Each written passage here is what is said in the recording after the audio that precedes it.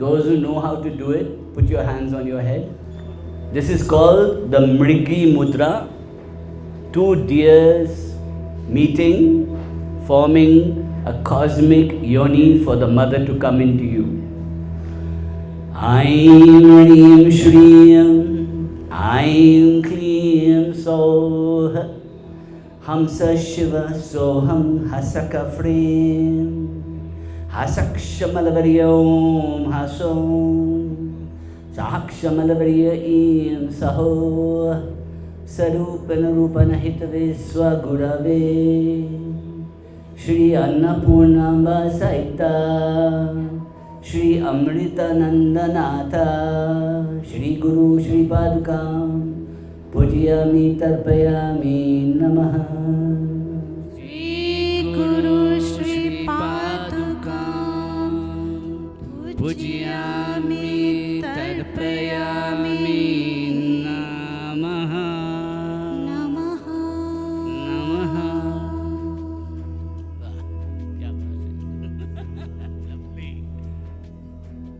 Aditi, your fellow guru for the day, Guru Maa, the non-guru Guru Maa. So we'll start. So we have a lovely, delicious beginning. Come. Aditi and Devji, say hello Devji, are going to wake up Maa Kundalini in you without you doing anything. They'll just do it for you. So you just outsource to her. Say, please, Jaago Maa. Jaago Maa, wake up in me. And if you don't believe in Maa, it doesn't matter, she'll wake up in you anyway. She doesn't care, she'll just come. So, we go.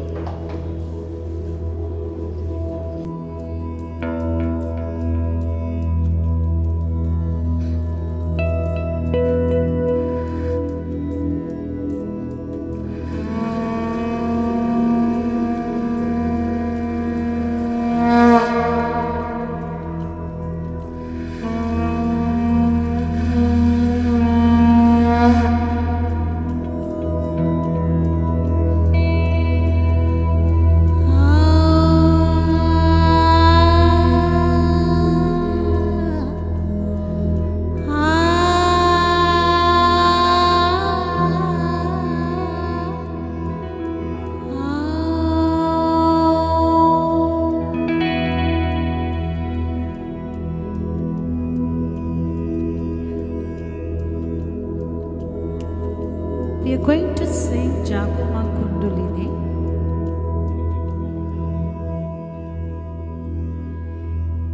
Two things I want to talk about here.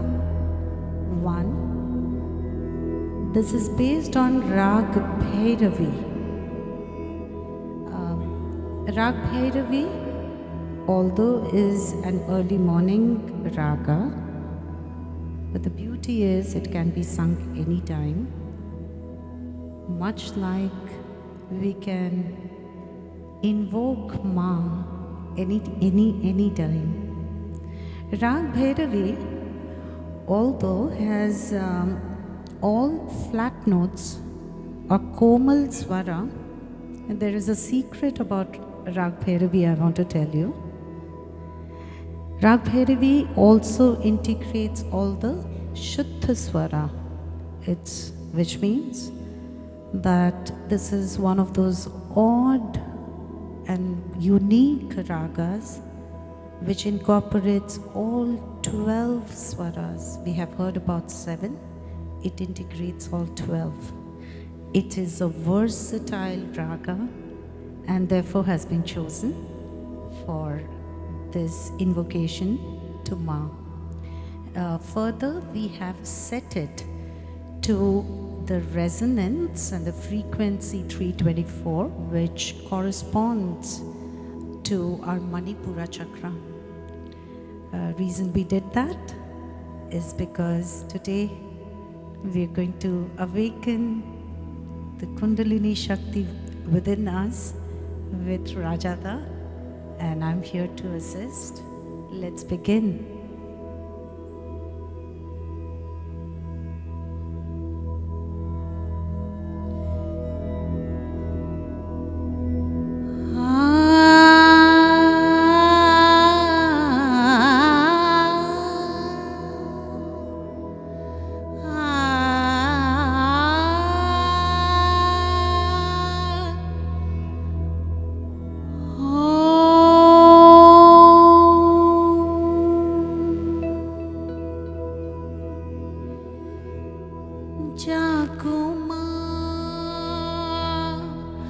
Jaago Maa kul kundalini, Jaago Maa, Jaago Maa kul kundalini, Jaago Maa, tumi nityananda swarupini, tumi brahmananda swarupi, prasupta bhujagakara,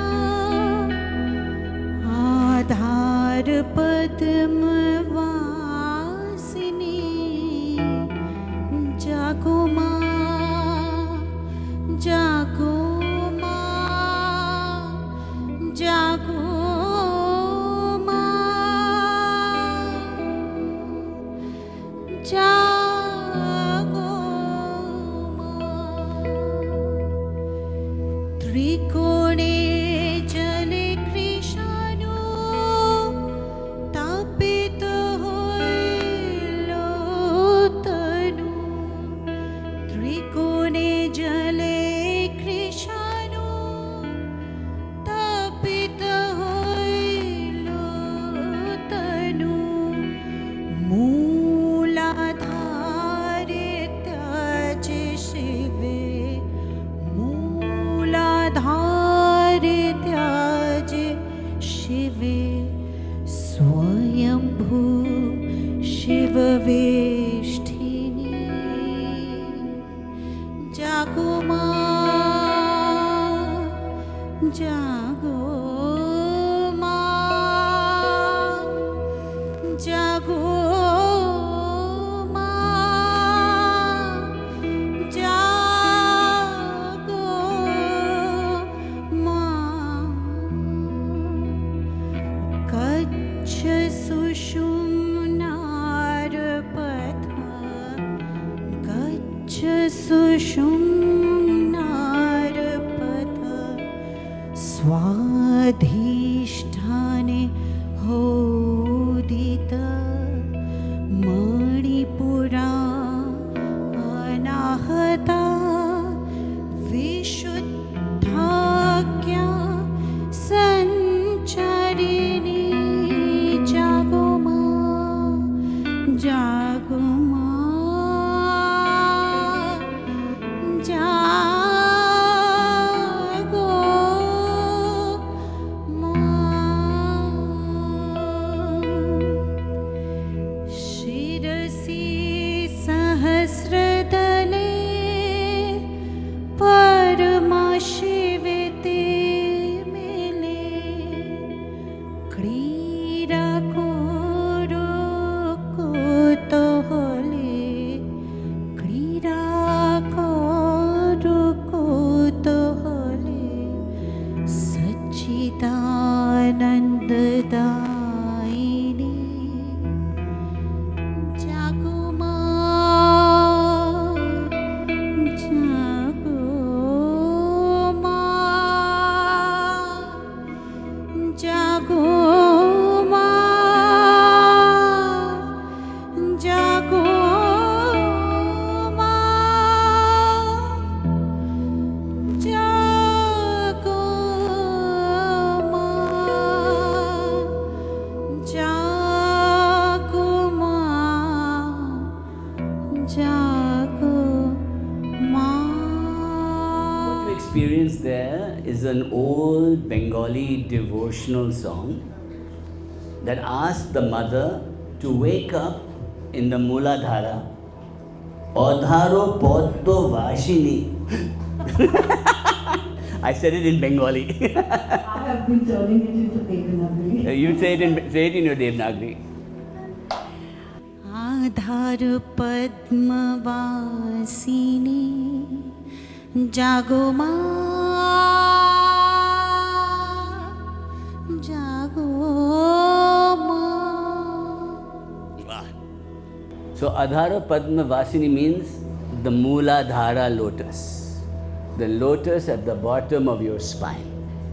So when she sings that raga, it's waking up from there. So you're asking the mother to wake up at the bottom of your spine and begin her journey up your spine. Shushumna. She's moving up the Shushumna, no? Then she says, Tumi Nityananda Sarupini, Tumi Brahmananda Sarupini. That means you are the dearest divine friend of all and you are the ultimate reality of all. You are all. You are going. So you're asking that grace to pull you up to meet Shiva. So she is traveling up the spinal cord to meet her lover Shiva. Yeah. Tumi Nityananda Swarupini, Tumi Brahmananda Swarupini, Prasupta Bhuja Kakara, Adhar Padvashini, Jaago Maa, Jaago Maa, Jaago Maa, Jaago Maa. Then she travels up. She starts at the Swadhisthana in the Yoni Linga. She travels up to the Manipura. Then she travels up to the Anahata. Then she travels to the Visuddha. And she's come now full to the third eye, where she blossoms and she meets Shiva. Gaccha Sushumnar Patha Swadhisthane Hodita Manipura Anahata Vishuddhakya Sancharini Jaago Maa, Jaago Maa,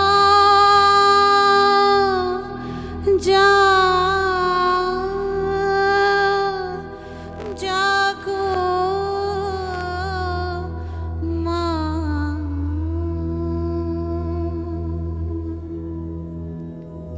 Then the poet says, when I reach there, I wait for my lover Shiva. I can't get to him. I can't reach him. But he must come and take me. And together we'll dance. Shirase Sahasradane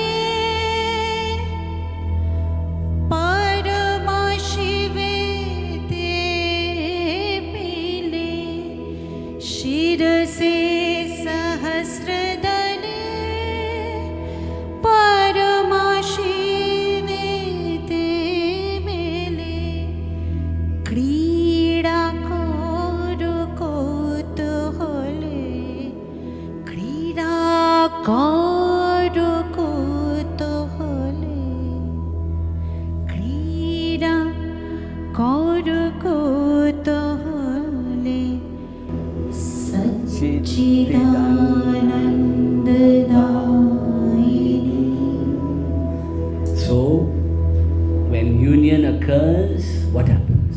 Bliss. Satchitananda. Existence, truth, consciousness, and pure bliss. And that's it. So now sing again, Jaago Maa, one more time. Jaago Maa, Jaago Maa,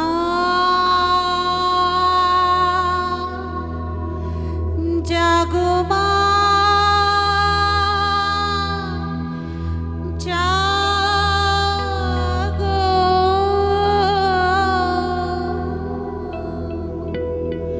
Jaago Maa,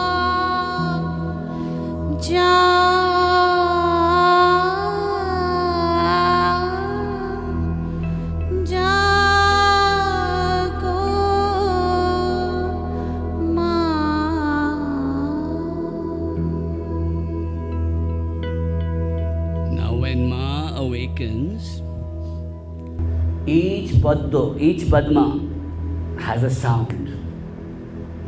The first one, Lam, say it, Lam. Swadhisthana, Vam. Manipura, Ram. Anahata, Yam. Visuddha, Ham. Agya, Om. Now, Aditi will teach us to chant it properly. At your Mooladhar, which is at your perineum, the base of your spine is where our Kundalini Shakti resides. Each one of us can raise this Shakti and live in this beautiful super consciousness and access her wisdom at every point of time. Let's start with, we'll chant together. But before that, I want to talk about two more things. Each of our chakras, the 7 chakras, each of them have specific petals. And it's all thanks to Rajada that he has so lovingly taught us this over years. So we will, for every bija mantra, bij, seed, single syllable, Sanskrit letters, each of these have amazing potency and power which is accessible to us to invoke different kind of energies. As we need, so we invoke. But for now, let's invoke each one of them. Bhairavi Rag that this is set in. It is said I'm quoting from Vigyan Bhairav Tantra, verse 41, which says that all our bodies are like veena. It is called Tantri. Our bodies are called Tantri, which means it's like a veena with swaras. And so beautifully, even in Raga, it says each of the swar, Sa, Sa Re Ga Ma Pa Da Ni Sa Ni Ra Pa Ma Ga Re Sa. This is Bhairavi. Sa Re Ga Ma Pa Da Ni Sa. For each of these, each of our chakras are at each swaras of ascension. It's so beautiful, no? It's all integrated. Our body, our spine is like the veena. We are the Tantri. Let's start with Bhairavi. The rasa over here is Karuna, is of devotion, and it's of bhakti, and it's of joy and ecstasy. So let's feel the ecstasy together. We will go with each bija mantra for each chakra. I will talk about the petals. So with the petals into 2 is what we will do. Yeah? Okay?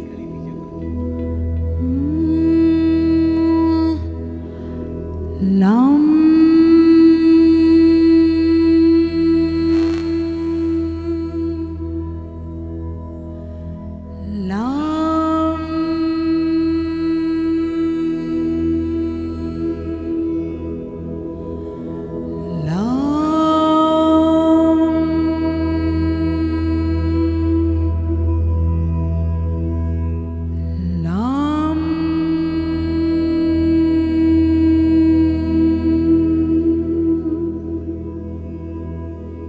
at Swadhisthana, Vam, 6 petals, Vam,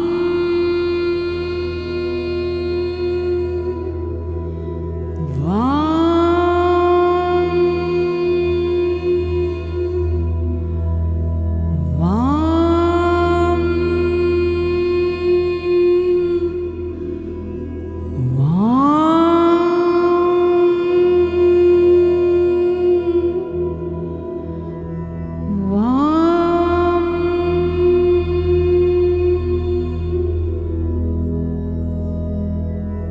Manipura has 10 petals.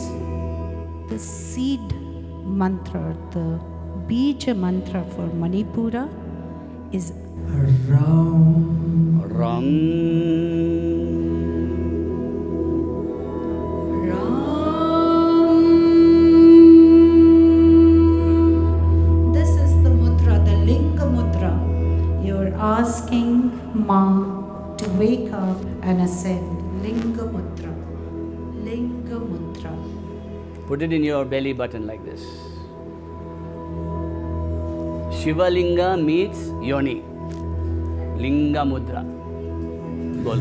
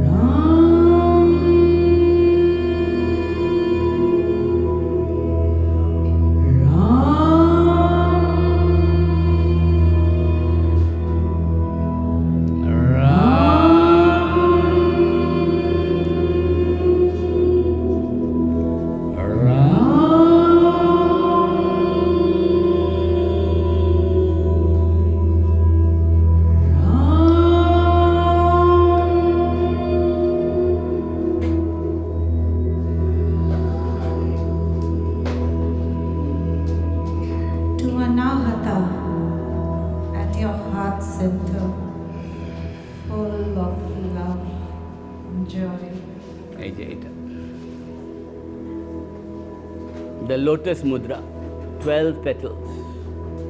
12 petals of the lotus mudra, spreading joy that is there within you, spreading kindness, spreading compassion. In all directions.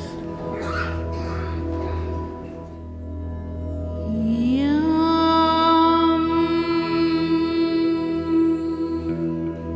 12 petals. Yum.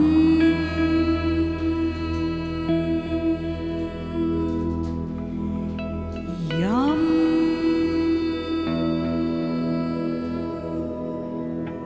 Yum.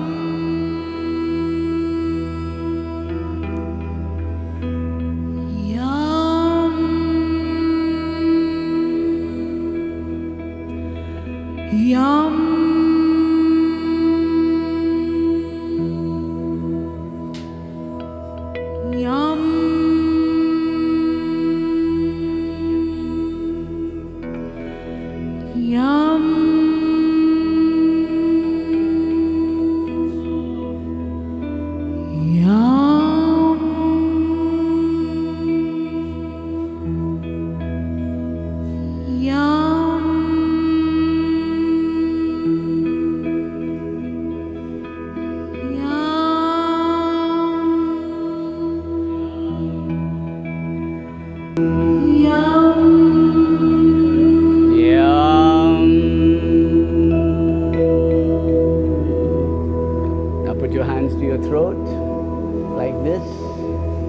Cut off your own head and release the body. Akasha. To Akash and then Ether with Vishuddha. We have 16 petals here. 16 beautiful petals, and I want to say what and how Rajada taught this to us. The 16 petals are the gopinis of Krishna. Krishna is here. Krishna, the Shakti of Krishna is rising and meeting all the gopinis into thousands and thousands of them.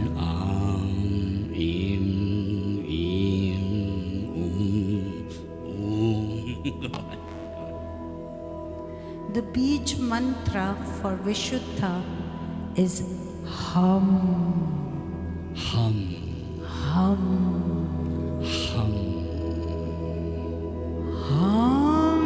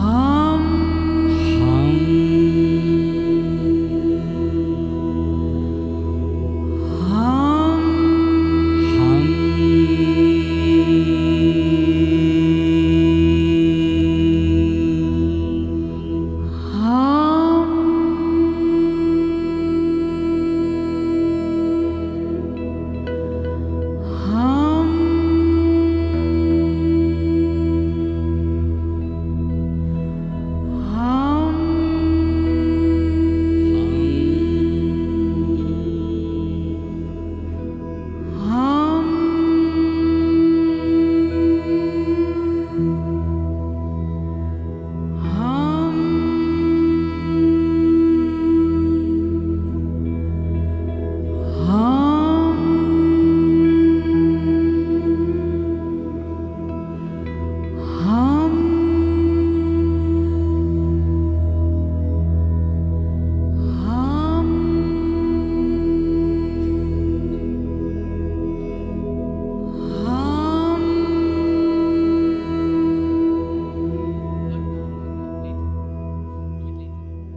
Now imagine that Shiva and Shakti are at the top of your head, and now even though you're treating this very seriously,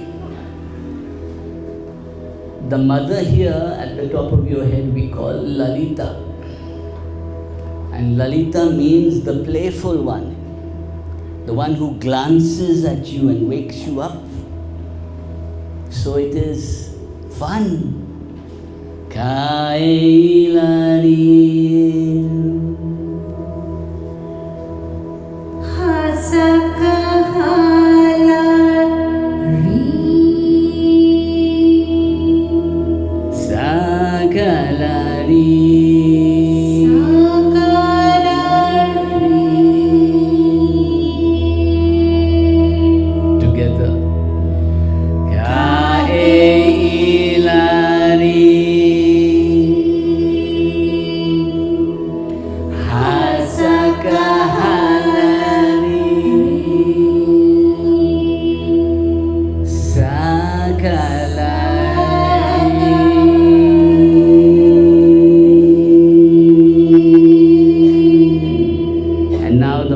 Descends first down to Muladhara and up.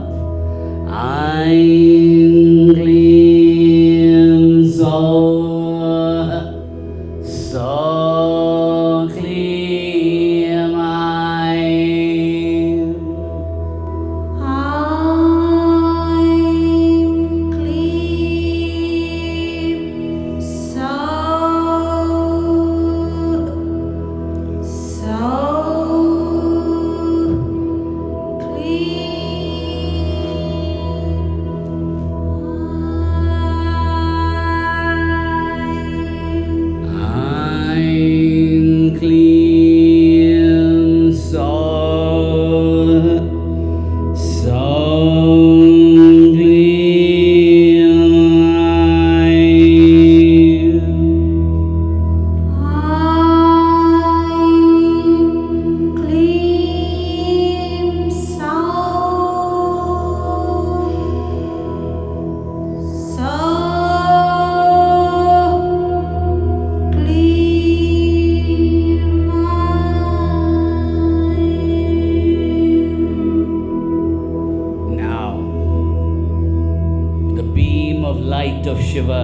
bones all the way down your spine and lands with the Linga Mudra at your belly button, at your Manipura.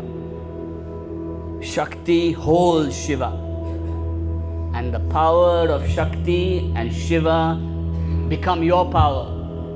So you become Chandi, Durga. And the mantra we will all chant together with you is Aim Hrim Klim Chamundaye Viche. Aim Hrim Klim Chamundaye Viche. Aim Hrim Klim Chamundaye Viche. Aim Hrim Klim Chamundaye Viche.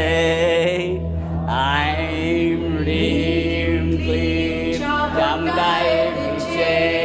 Aim Hrim Klim Chamundaye. No, say. Aim Hrim Klim Chamundaye Viche. Aim Hrim Klim Chamundaye Viche. Aim Hrim Klim Chamundaye Viche. Aim Hrim Klim Chamundaye Viche. Now bring it down, bring it down. Aim Hrim Klim Chamundaye Viche. Control your power now. Aim Hrim Klim Chamundaye. Bring it down. Aim Hrim Klim Chamundaye Viche. We are asking Maha Saraswati, Maha Lakshmi, Maha Kali, Aim Hrim Klim Chamundaye. Destroy my chattering mind and my overactive body. Cut it. Viche, and protect me. Let me become strong. Bas, what more do you want? No? Aim Hrim Klim Chamundaye Viche. Woo! Aim Hrim Klim Chamundaye Viche. All right. Hand of applause, please. So you are finished now, you can go home. Jaago Maa has woken up now, what do you need? No, you don't need any more. All right, beautiful. Thank you. Joy Ma, Joy Ma, Joy Ma, Joy Ma, Joy Ma. Even though she accepts me as a guru, I am not her guru. I refuse. She is her own guru. That's why we're here today. So the theme for today is be your own guru, right? So in Indian philosophy, the biggest question asked is who am I? No? Ko hum. So hum. But who understands that? Nobody. Who will understand ko hum, so hum? But there's a more important question to be asked. What do I want? No? We always lie to ourselves. No, I want moksha. I want to meet God. I want liberation. What rubbish. All life, we always want something. No? Yeah, eventually I want to finally have realization. But really in this life, living in Delhi, what do I want? Tista, what do you want? Oxygen. Fresh air. So you're moving to the mountains. Come on. So we're talking about itcha, desire. What is your deepest desire?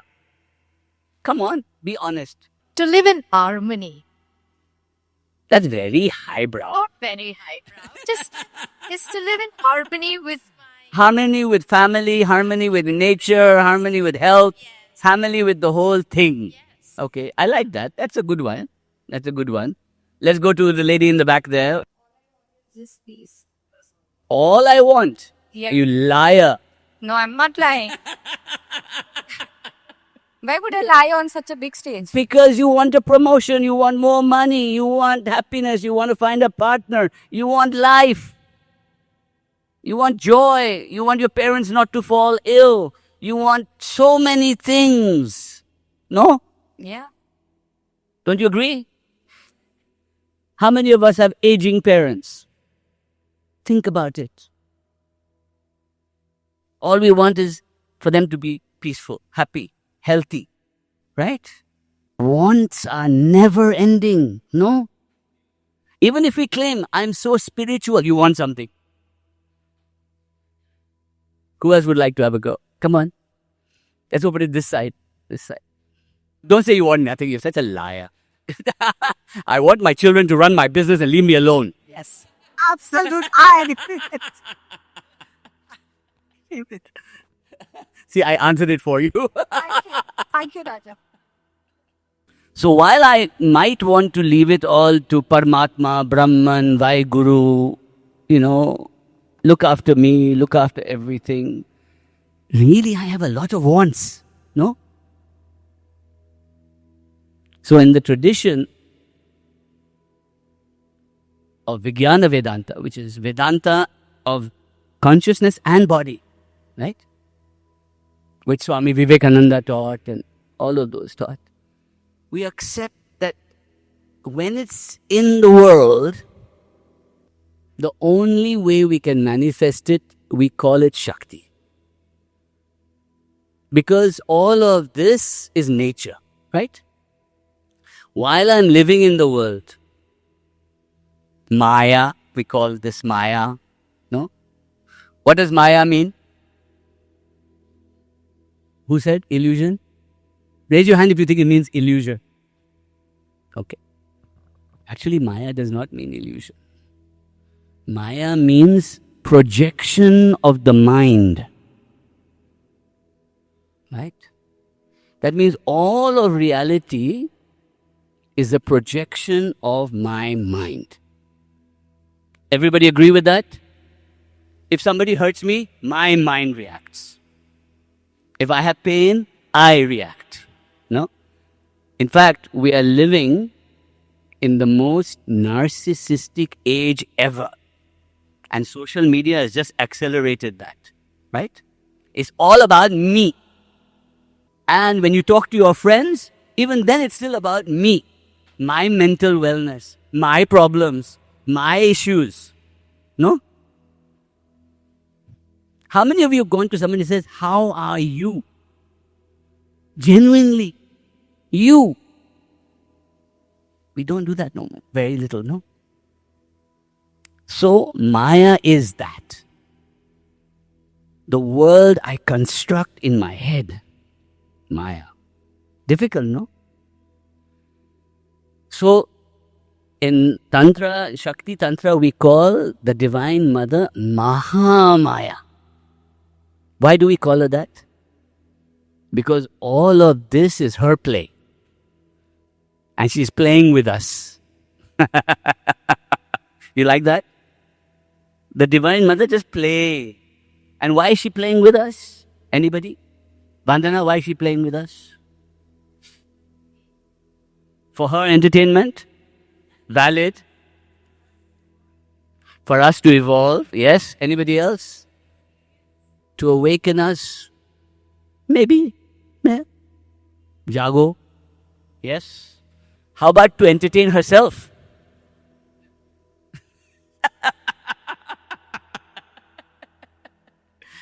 So she plays with us, hoping that we will remember her, hoping we'll remember nature, hoping we'll remember the little girl who's suffering, hoping we'll remember somebody that we love, hoping we'll remember her as love, compassion, kindness. All she can do is play the game until you wake up. That's what Jaago Maa means. So, in Shakti Tantra, especially in Kali Kula, so there are two traditions in Shakti.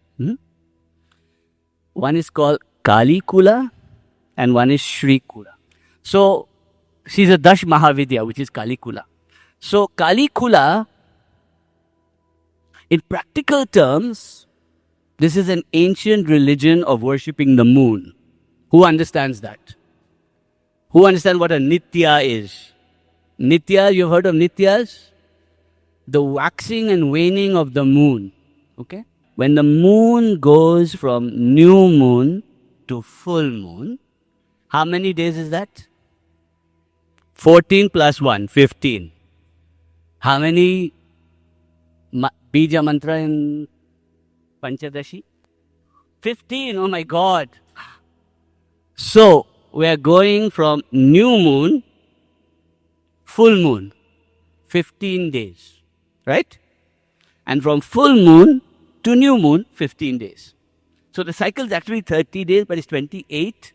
When we do Nitya of the full moon, we are worshipping Lalita. So, waxing moon Nitya, what's it called? I'm testing you now. What's it called? Lalita. Shri Kula. Okay? When it wanes, it's going from full moon to new moon. That means darkness is eating the moon. Kali Kula. That is the only difference between Shri and Kali. And what happens to you, especially all you women, and mostly women here today? Oh, so many men. I'm shocked. What happens in the waxing moon? Life is good. Sri Kali Lalita Sahasranama Gao 1,000 times. Ye karo, wo karo. Beautiful. When it's bad, I will kill you. I hate my husband. I hate my children. I will kill them all. When do you get mad? On the waning moon, right? Agreed? You haven't timed it yet, but now you're going to go and time it, I can tell. Now, in the ancient times, the women in the villages used to synchronize their period cycles with that. Because they knew, because the whole collective would do it, so it would happen. And you'd be 1 or 2 days off, but on the full moon, you'd be... On the new moon, you'd be...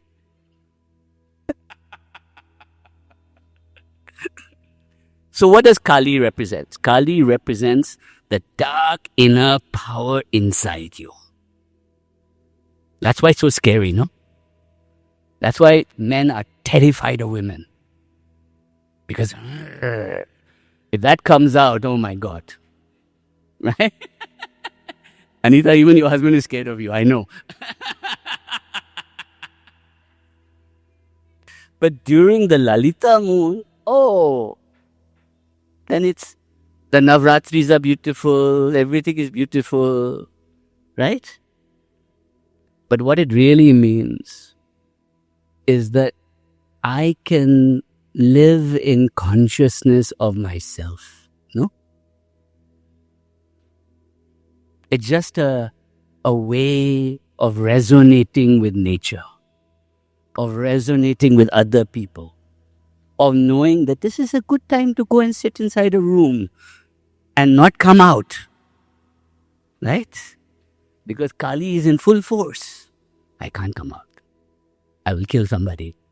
No? So if you think about the ancient Indian cycles, even pre-Vedic, we were a very lunar solar culture. Who understands that? The solar is Shiva and the lunar is Shakti. We resonate with these frequencies. Like Aditi was saying, each frequency has a tone, has a sound. If you understand that sound, that day of that moon in that way, what do we do nowadays? We do all of them, fatak, one go. So, in Sri Vidya, we say Ka'e ilarim, hasakahalarim, sakalarim, which is all 15 lityas. Right. And in Kali, we do to everyone krim krim hum, krim krim hum, krim krim hum, krim krim hum, krim krim hum. But let's go back to the question of being your own guru, right? So, how many of you would like to be your own guru, your own teacher, your own guide, your light in the world, not relying on any one person to tell you what is the right way? How many of you? Show me your hands again. So I've got the right crowd, right? Abhinav Gupta said, who has heard of Abhinav Gupta? The great founder of Kashmir shaivism, Trika, 10th century. He said, when he started exploring, he said, I was like a bumblebee, honeybee, going from flower to flower of tradition, learning the best nectar from each one so that I could bring it and put it in the honeypot of my heart. Yes, he accepted. He had 14 gurus. 14. Right? But he was his own guru. And India, by the way, this is not unique. In the Upanishads, we have Satyakama. Who has heard of Satyakama? Anybody has heard of Satyakama? Right. So Satyakama was a young boy whose mother was a maid servant in a previous life, and she had slept with many men, and he was born out of wedlock. But he wanted to learn Brahman. So he went to the Rishi Gautama, and he said to the Rishi, I want to learn. He told his mother, what do I tell him when he asked me? Because what they do in the old days, and now today even, if you go to a Gurukul, if you go anywhere, they'll ask you your Gotra, they'll ask you your father, they'll ask you all the things that are you fit to learn this. So he came and says, I don't know who my father is. My mother is Jabla, so I know it. That's it. No. So Gautama was a very wise rishi. He said, okay, you take these 400 cows and you go to the forest, and when there are 1,000 cows, you come back. And then I'll teach you. So he went, and he was a very dedicated boy, so it worked. And then nature started teaching him about Brahman. The bull spoke to him and talked about the earth. The fire spoke to him and talked about the universe and how we can come alive. The swan talked to him, the Hamsa, and told him about immortality and eternity. The diving bird, the chicken fowl, talked to him and talked to him about God is everywhere. No? So when he got back to his rishi, he was glowing with knowledge. And the rishi took one look at him and said, who taught you? Who taught you? He says, oh, the bull, the fire, the swan, the madhu, right, all taught me. No? So he says, you are going to realize Brahman. So he took him. And in those days, rishis married, they had families, they had everything, all the rishis of the Rigveda. The next big revolution was who? The Buddha. Apo Dipo Bhava. That means be the light to yourself. He told all the members of his Sangha, He says, don't follow me when I die. Be your own light in the world. Be your light for yourself. Right? Why go there? Let's go further forward. One of the greatest traditions of Shaivism, especially in South India, is Dakshina Murti. Dakshina Murti is the south-facing Shiva who sits at the Himalayas looking south but doesn't say a word. He just sits. And all the pictures in the south, statues, have all these rishis sitting in front of him. Like this. So, they say that Dakshina Murti is here. In your Brahmand. Point to the soft, touch your head. The soft tissue of your head. See that soft bit there? This is called the Brahmand. Dakshina Murti sits there. Silent.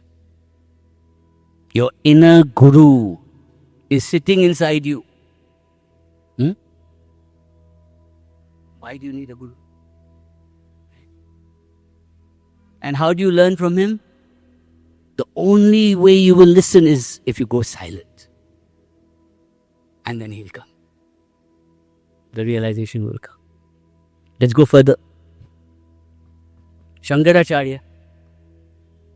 Of all the things he did, you know what his greatest poem was? Nirvana Shatakam. Right? Shivoham, Shivoham. That means I am not this body, I am not this mind, I am not this pilgrimage, I am not this scripture, I am none of these things. I am Shiva. I am Shiva. Over and over again. Greatest poem he wrote. He founded the mats, he founded Lalita Tripura Sundari worship, he founded all of that, but the core teaching was you have to be your own guru. When the moment comes to realization, it's going to happen to you, not to your teacher. Your teacher will have his own realization, but you have to have yours. Can you have your teacher's realization? Can you outsource your realization to a teacher? No. No, Gita, no. No chance. Eh? No back office. No back office. So in the last 125 years, we had some great teachers of this path. First, we had Swami Vivekananda, who even though he accepted Sri Ramakrishna as his Ishta Devata, as his avatar, he taught people, be your own guru. Be free. Wake up and be free. Right? And then following him was another amazing man called J.D. Krishnamurti. So J.D. Krishnamurti said a very simple thing. He said, look, people would ask him, should I meditate? Should I practice? Should I? He says, the only way to be awake is to observe. To just observe. When you go in nature, are you thinking about all the people there and the plants, or are you feeling nature? When you're sitting here with me, are you thinking about why is he wearing a black shirt, or are you thinking about the vibration of what we are feeling right now together? No? So, when you ask someone, how long should I meditate every day? How many of you ask that question? Don't lie. All of you. Instead, ask the question, how aware am I all day? How much can I observe? Right? Let's come further. We have teachers like Alan Watts. You know, wake up. By any means possible. You know. When I first started teaching, it was here in Delhi, IIC. You were there. You were there. My first guinea pig, right there, Anita. Anita was there. I think it was 20 people in that room with Dr. Karan Singh and me. We were there. 22 maybe, if we were lucky. And at IIC. And my first talk was, because I had been working with gurus for 10 years, making films, talking to them, everything, understanding. And so I wanted to be the anti-guru guru. I was going to demolish the guru culture. That was my first plan. And so the first talk I gave, and I know you won't confess it here, but many of you, I can see from your eyes, was on the psychedelic origins of Hinduism. It's called Soma, the psychedelic origins of religious experience, right? It's still on YouTube if you want to watch it. Hundreds of thousands watched it. So what did I say there? I said that if you want to experience your divine inside you, right, we have to do something called boundary dissolution. Boundary dissolution can happen in many ways. It can happen through marijuana, psilocybin, LSD, ayahuasca. In fact, that's how it really happens. Right? Or it can happen through advanced pranayama, breathing. It can happen through mantra and awakening. It can happen through meditation and mindfulness. It can happen through contemplation and study. It can happen. In fact, it happens to scientists all the time, because when they're studying, when they're focused on something, the reality blurs and they go into a zone. And that zone gives them miraculous knowledge, miraculous realizations, right? So boundary dissolution is when this reality stops and a new one begins to open for you. One you had not even imagined was possible. No? In fact, we used to have Friday gatherings when I used to live in Delhi, in Jorbagh. And all of them would come just to do boundary dissolution and eat samosas. And banana all, and play with my dog Max. Except Anita, who he loved the most, right? So what did we do in those sessions? Yeah, I could have chanted iggledy-piggledy mantras and nothing would have mattered. We were going into boundary dissolution. We'll go breathe, mantra, and then boom. Now, many gurus have exploited that. So they call it Shakti path, and they call it this, and they call it that, right? Bullshit. This is a human psychological state that's possible for all of us. Don't let anybody tell you it's not. Okay? That's why. Be your own guru. Have it for yourself, the experience. No? Yeah. Hang out with a Rajada and get your ass kicked, and get a mantra, whatever, and then dump him. And wake up. Right? So, can I wake up? Now, what do you think you wake up to when the boundary dissolves? Who would like to try? Come on. Vandana, what do you wake up to? Give her the mic there, somebody, please. Bhavya. Vandana, when we dissolve the boundary and go into that Samadhi Turiya state, what is it that we're getting when we get there? Light and joy. Hmm? Light and joy. Light and joy. And why does it become so important? Memories of Jorbagh. I still remember your diaries. She wrote diaries all the time. What is it that happens when we cross that boundary? Light, joy, divinity. No thought.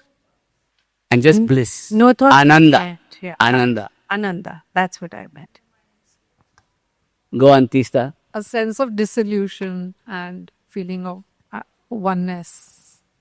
So, what disappears?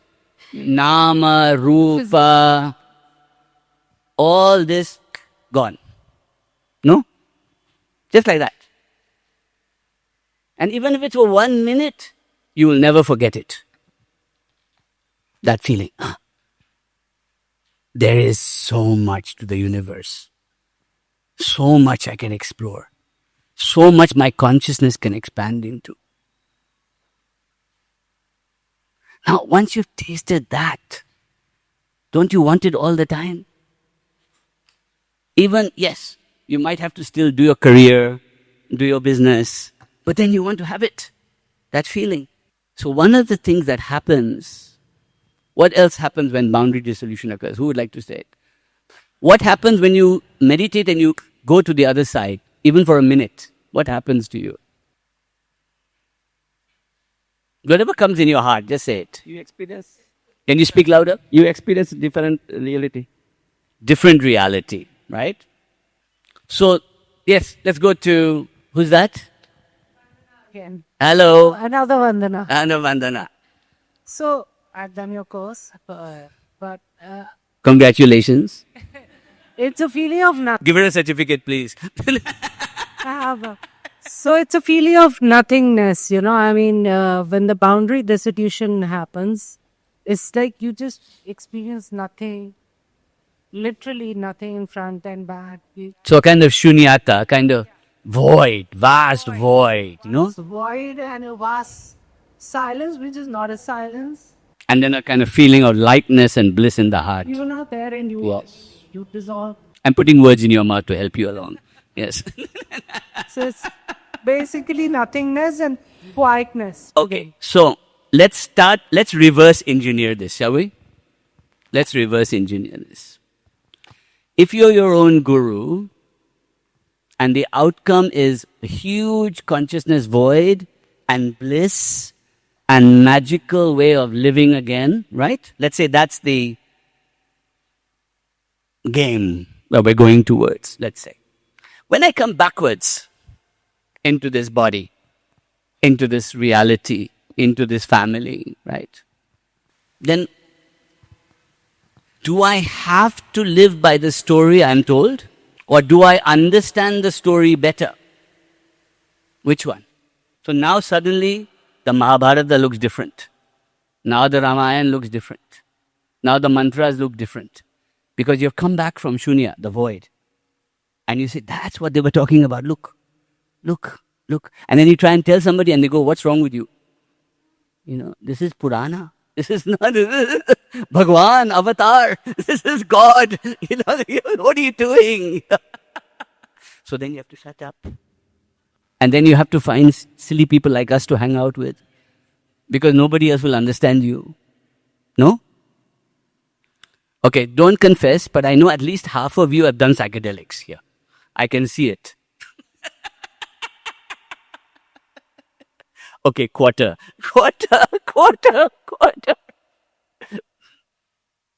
When boundary dissolves,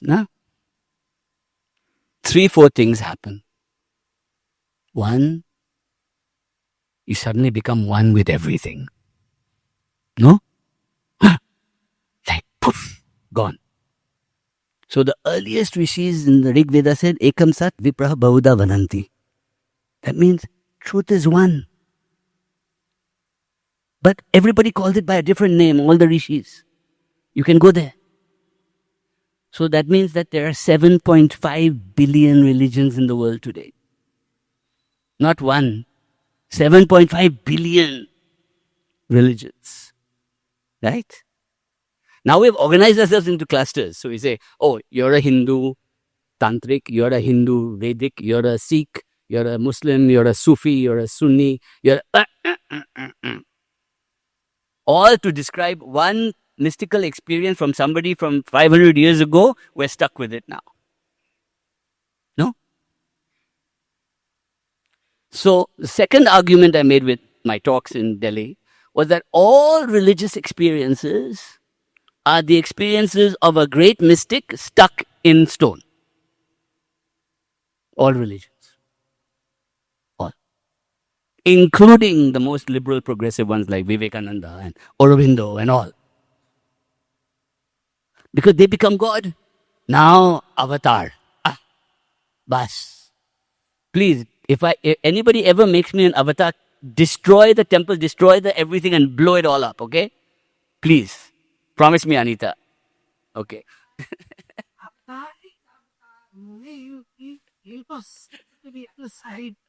I'll kick you. I'll kick you.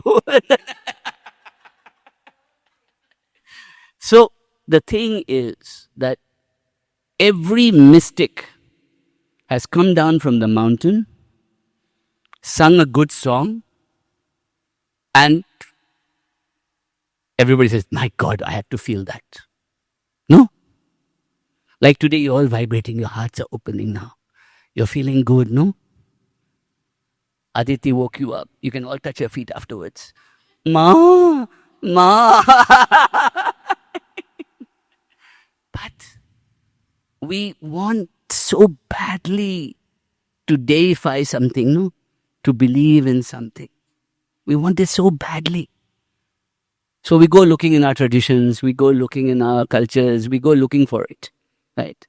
Of course, then we meet corrupt gurus and saints and corrupt institutions, and we get disgusted. We look at that and say, how are they spoiling our religion? That started with the great saint and now look at it, right? And we get angry, no? I got angry. I got very angry, you know. So I made a decision because one of my teachers, Guruji Amritananda in Devipuram, made ancient tantric mantras available to everybody for free. Patak, just give it. If you want to take initiation, come later and take it. But here, go and do it. Big decision. No? So to be your own guru, the word we use for being your own guru is called the Hamsa. What is it?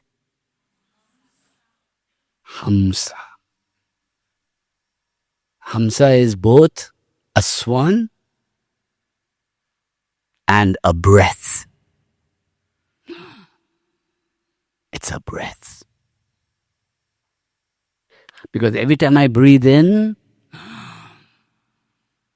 and every time I breathe out,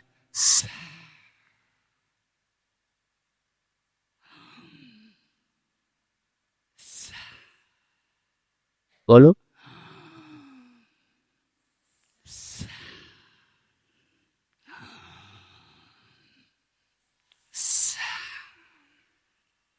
So if I need a religion, I might as well start there, no?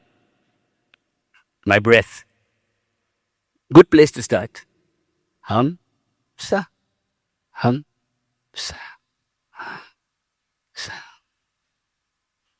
Hum, sa. Now we can give it meaning. So we can say, oh yeah, hum is the prana of Shiva coming into you. Come to your heart. Sa. Shakti going out into the world. ठीक है, अच्छा है. But if I was in Uzbekistan, I would say, no, it's Allahu. It's Sa. Just the Hamsa. It's Allah. Hamsa. Hamsa. Have you ever heard Sufi singing? Hu. Allahu. Allahu. Allahu. If you listen to the lyrics of Kabir's beautiful poetry, you will see Hamsa encoded in there. Always. In Tantra, we will say, Aim Rim Shrim, which is Hamsa. Hrim Shrim, Hamsa, goes on from there. Becomes Shakti mantra. So, the greatest teaching of this tradition, which we call non-dual. There are two types of non-dual in the Indian tradition. Two types of absolute non-dual. One is called Advaita and the other is Pratyabhigna, which is Kashmir shaivism. Trika. Two main ones. Two different ones, but same idea. Advaita says ultimate reality.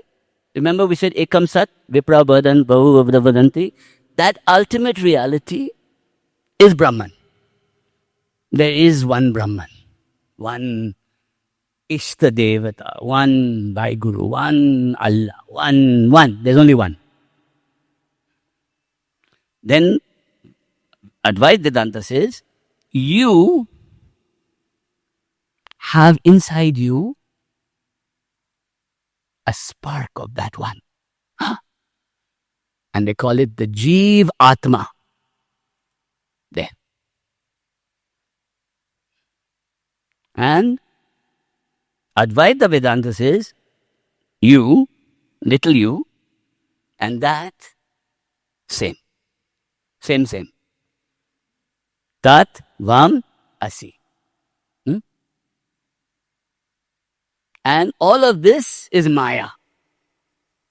But you can live in Maya, but the idea of Vedanta is to let it go. Like, let go. Neti. Let it go. Where Advaita Vedanta and Buddhism differed, Buddhism said that ultimate reality is not an ultimate reality. It is the void. Shunyata.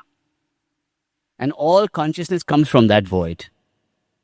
And there is no Atma. Only consciousness coming over and over again. That's why in the West, neuroscience and all love Buddhism. Because there's no need for a God, but pure consciousness. Right? But very similar to Advaita Vedanta. On the other side, we have a beautiful teaching in Kashmir shaivism. It's called Trika, which says ultimate reality is Sada Shiva. Shiva. Consciousness. In the Himalayas, they call it Alak Niranjan. No? In fact, in the Nath Sampradaya, you greet another person and say Alak Niranjan. And then you say something very strange. You say Adesh. Which means, what is the instruction from Alak Niranjan for me? For me.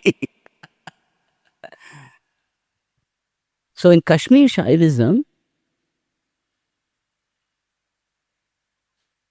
it divides Jeev Atma into Shakti in the body.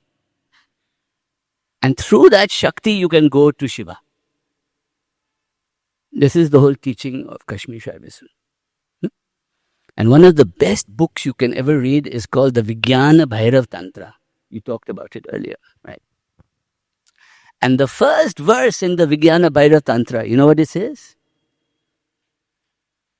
And it's a dialogue between Shiva and Shakti. Bhairav and Bhairavi. They're having a conversation. Body, me, talking to ultimate reality. Conversation going on, no? And he says, "O Devi, when you release your breath in Visarga with Sa, come to me. And I will come to you when you breathe in with Ham, Anuswara. And in that meeting, we will have union. Ham, Sa. Ham, Sa. Ham, Sa." Now both Advaita Vedanta and Pratyabhijna, which is self-recognition, say that as I come down into the world, I get caught in Maya. Right?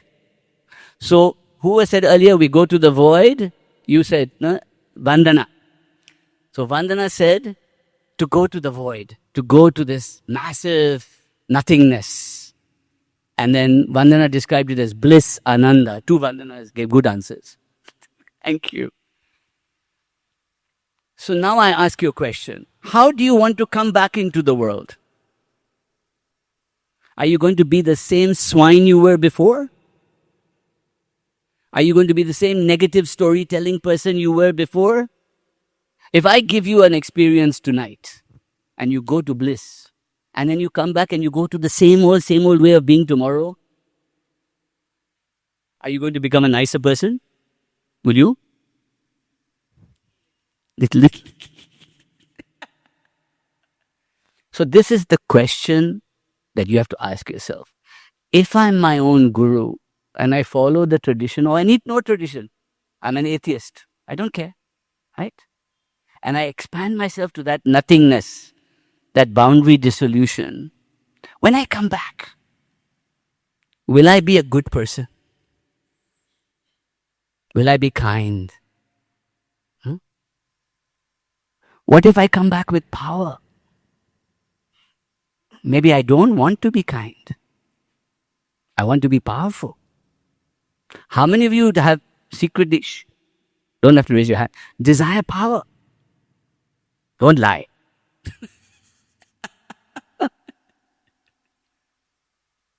Now, what if you get the power? Let's say you go to the Shunya and power is there. And you come back and you have power. Siddhis. And you can get anything you want. Anybody you talk to, they're in control. Anything you do, it's in control. Money comes. Everything comes. Will you forget the Shunya? Will you forget? Or will you just take full advantage and then say, when I have $10 million or $100 million or 55 crore, then I'll stop. Have you ever seen anybody stop at 55 crore? Because once you've started, you can't stop. Duck, duck, duck, duck, duck, duck. So, in the Sanatan Dharma, they say that power of tapas that leads to destruction, we call Ravana. No? Or Asura. What does Durga do? She kills 9 Asuras. Why? Because each Asura is one part of my being. Ram kills Ravan. But if you read the stories carefully, Valmiki and later, you will see the world that Ravan had created was the most beautiful, advanced gardens, technology. They had everything. But he had ahankara. He had become obsessed with ownership and power. Right? In fact, in the early stages, Sita was very comfortable there. So we say Lanka is the mantra Lam. Where's that? Lam. Mooladhara. If I meditate and I activate Mooladhara, I'll tell you right now, for those of you who want power and money, down there. If you meditate on the 3 bottom chakras, the world will come to you. Health, power, money, right? That is why it is controlled by serpents. In some cultures by dragons. Because they hold the gold. The Nagas keep the gold and they give it to you. So let's say, for example, how many of you worship Mahalakshmi? Anybody? So in the Ashta Lakshmi tradition, we can also compare it to Kundalini, right? So if I activate Mooladhara, Dhan Lakshmi, money, gold, wealth, Dhan. So Ravana gives you abundance. Right? So we say, Shrim Klim Shrim Dhanna Lakshmiye Namaha. Say it. Shrim Klim Shrim Dhanna Lakshmiye Namaha. Shrim Klim Shrim Dhanna Lakshmiye Namaha. Isn't that nice? Now you do that. It's the Shri Vidya path to abundance. Second chakra, Swadhisthana. Dhana Lakshmi. Why? Abundance, creativity, agriculture, fertility, plenty, all can come. No? So we go there. Om Shrim Klim Shrim Dhana Lakshmiye Namah. Shri Kli. Dhana Lakshmiye Namaha. Then we come to the Manipura. Elephant power. Water is flowing. Riding like a king into kingdoms. Gajja Lakshmi. In fact, in the ancient world in India, Gajja Lakshmi was worshipped by Buddhists, Jains and Hindus. There was no difference. Everybody worshipped Gajja Lakshmi.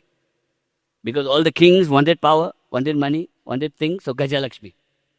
Om Shrim Klim Shrim Gajja Lakshmi Namaha. Gajja Lakshmi Namaha. Then I come to the heart. And I want all of you to do well. I want my family to do well. I want my tribe to do well. I want all of you to blossom. No? Santana Lakshmi Namaha. Om Shrim Klim Shrim Santana Lakshmi Namaha. Shrim Klim Shrim Santana Lakshmi Namaha. So even just feeling it, do you feel a little tingling in your heart when you do that? Om Shrim Klim Shrim Santana Lakshmi Namaha. So Santana Lakshmi and Mahalakshmi both sit in the heart. Because Mahalakshmi is the 12 petals also going out. Shri, bolo. Shri, Shri. Close your eyes and imagine you're sending out golden vibrations to everybody in this room. Shri, Shri,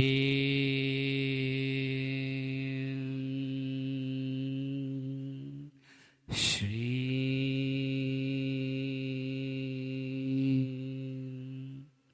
Shri.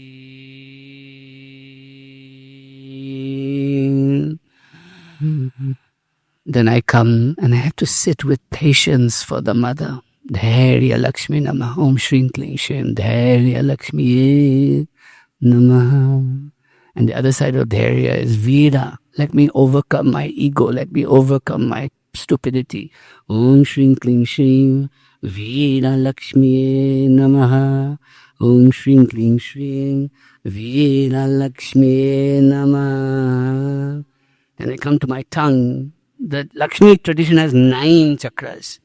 I come to the tongue. Like Kali, no? But in Lakshmi tradition, Vijaya Lakshmi. That means I conquer with my silence and my words. Om Shrim Klim Shrim Vijaya Lakshmi Namaha.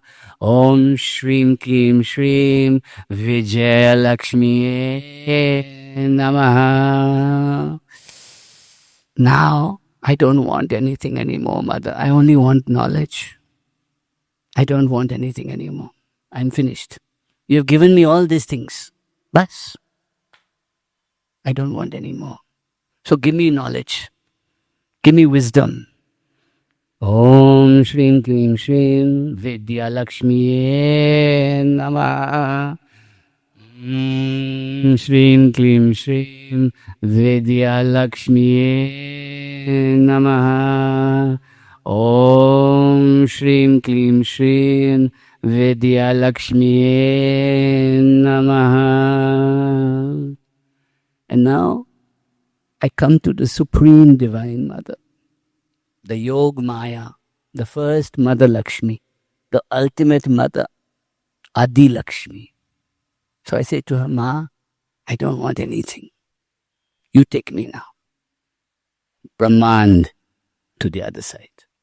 Om Shrim Klim Shrim Adi Lakshmi Namaha. So now gaze upwards with your eyes open and imagine she's sitting above you on a beam of light coming. Om Shrim Klim Shrim Adi Lakshmi Namaha. And now bring the grace down to your heart and hold it there in the Hridaya. and feel a bliss fill your heart. And now chant to Mahalakshmi with me. Om Shreem Reem Shreem Kamale Kamlale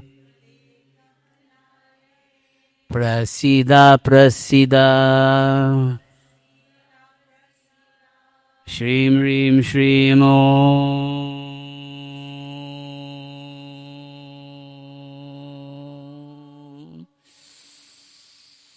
Mahalakshmi Namaha.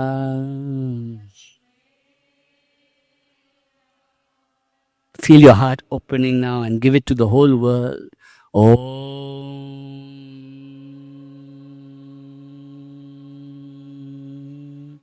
Shreem Reem Shreem Kamale Kamlalaye Prasida Prasida Shreem Reem Shreem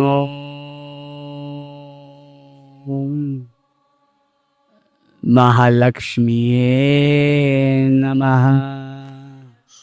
The Divine Mother who sits in your heart.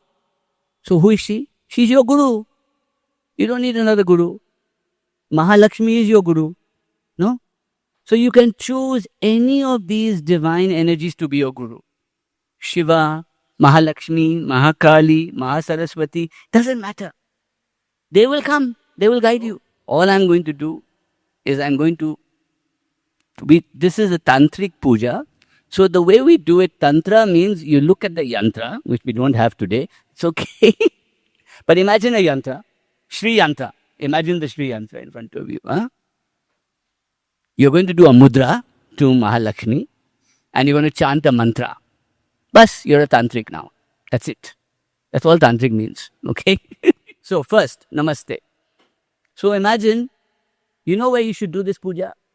Not even to a Shri yantra. Do it to a mirror and look at yourself and say, I worship the Mahalakshmi inside me. I am Mahalakshmi. Or I am Vaiguru. Or I am Guru Govind. I am Madurga. I am Sri Ramakrishna. I am Buddha. What is it? Who cares? They're in your heart. So this is why in Hinduism they call it Ishta Devata. Right? What does Ishta Devata mean? The one who fulfills your greatest desires. Ishta Devata. Right? So Ishta. Isha means the ultimate one. Namaste. Om Shreem Hreem Shreem. Then lotus. Kamale Kamlalaye.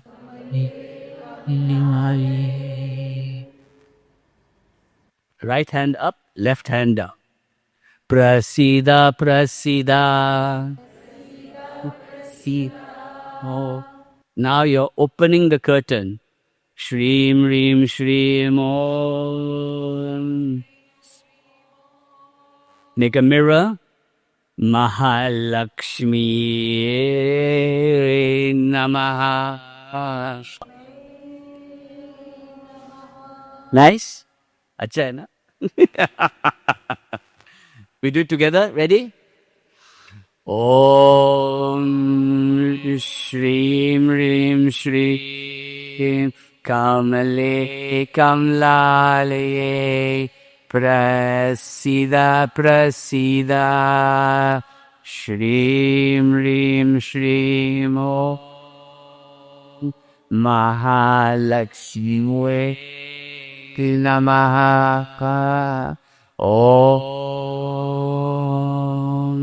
Shreem Reem Shreem Kamle Kamlalaye Prasida Prasida Shreem Reem Shreem Om Mahalakshmi Namaha. Always gives me goosebumps, no? So, Shreem, Reem, Shreem is in, see, if Shreem is the out breath and Hreem is the in breath, I'm doubling my surrender to the mother by going out more. No? In fact, in extreme tantra, we say Shreem, Shreem, Shreem.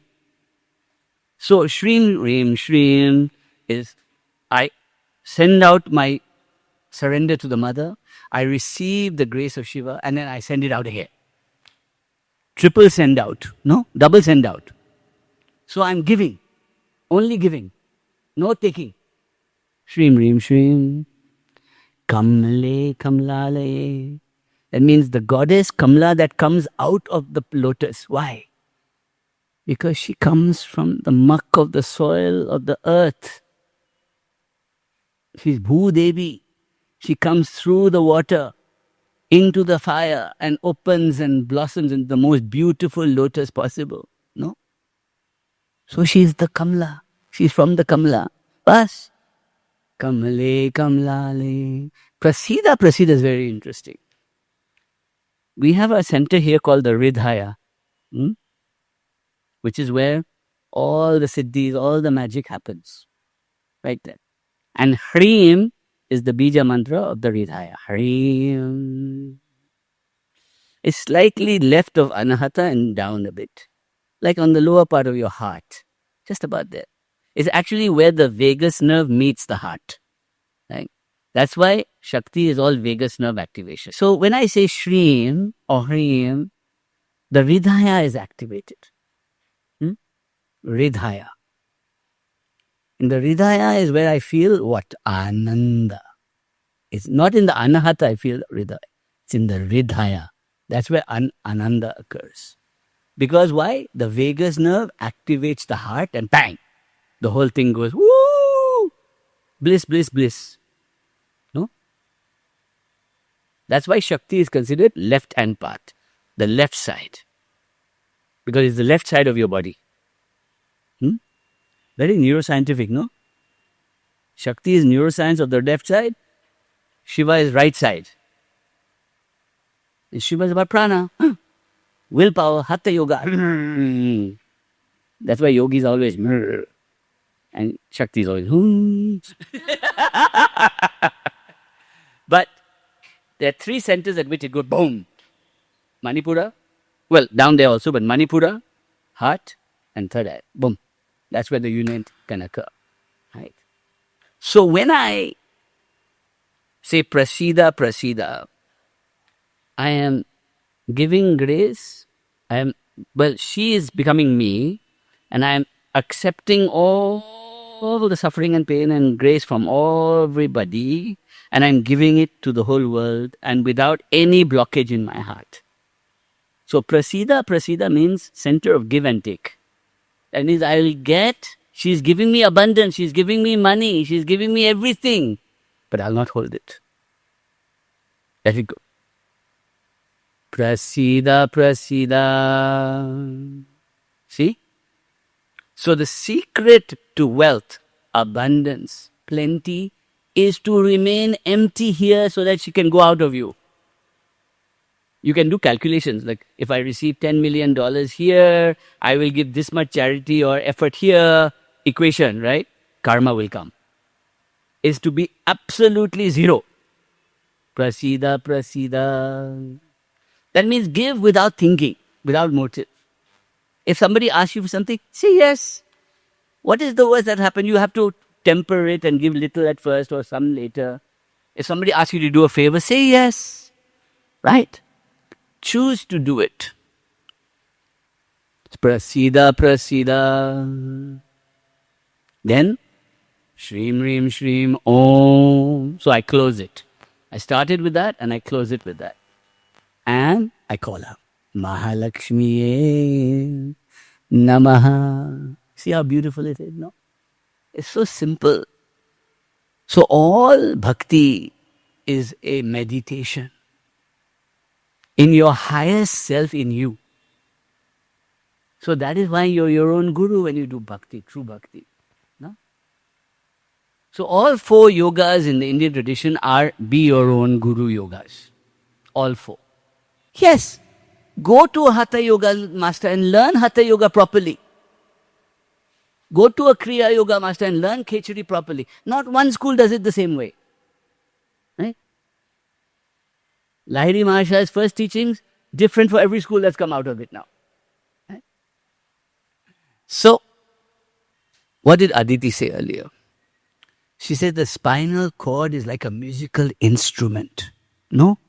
When I play a song, Om Shrim Rim Shrim, it's like jazz, isn't it? Kamale Kamlale, Prasida Prasida, Shrim Rim Shrim, Om, Mahalakshmi, ye, Namaha. I mean, why? Who is going to tell you it's wrong? Oh, that's not the way Mahapurush told us to do it. Tell him Rajada says, F off.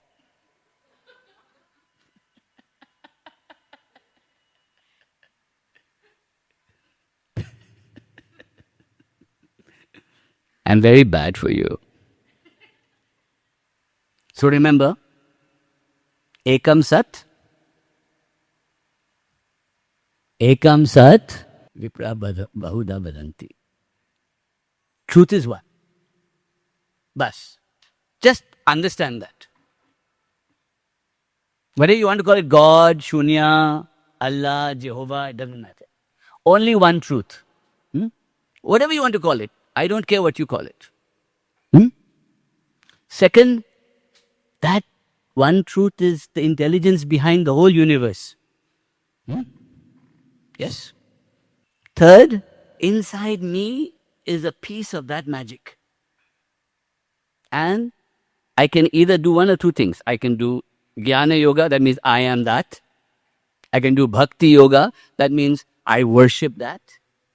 I surrender to that. I am a servant of that. I'm a das. No, servant is Karma Yoga. Karma Yoga, I'm a das. I'm a servant of that. So I serve in the name of God. The work I do, the service I do, everything I do is in the name of that one. And Raja Yoga, right? Which is, I can realize that in myself. Yoga, pranayama, all these things, no? I can do it. So any of those parts are fine. All of them together. In fact, I do all four. Why not?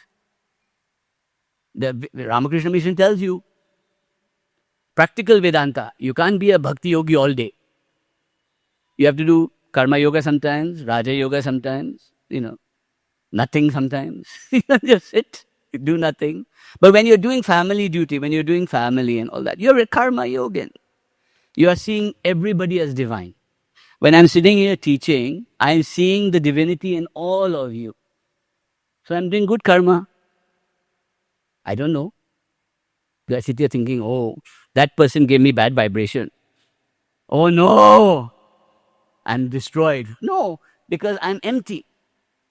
No, I don't care. I love you anyway. Okay.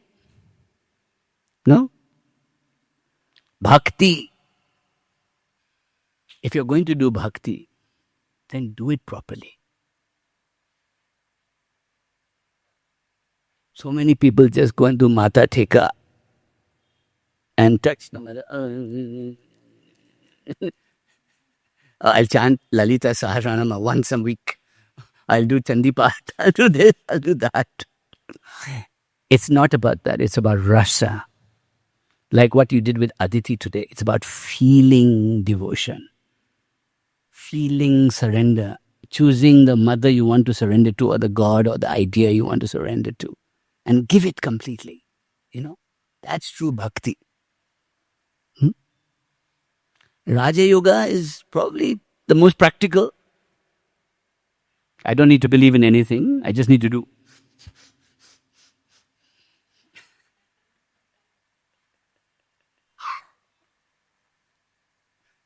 It'll come. So I spent 30 years following all of these to see what I felt. And I discovered that the bhakti to the mother was the sweetest ananda I had ever felt in my life. And I had done acid, I had done psilocybin, I had done everything. Nothing could compare to the sweetness of Ananda of the mother. No? Joy Ma, Joy Ma, Joy Ma. কি বলো? মায়ের আনন্দ। Bengali, na? What to do?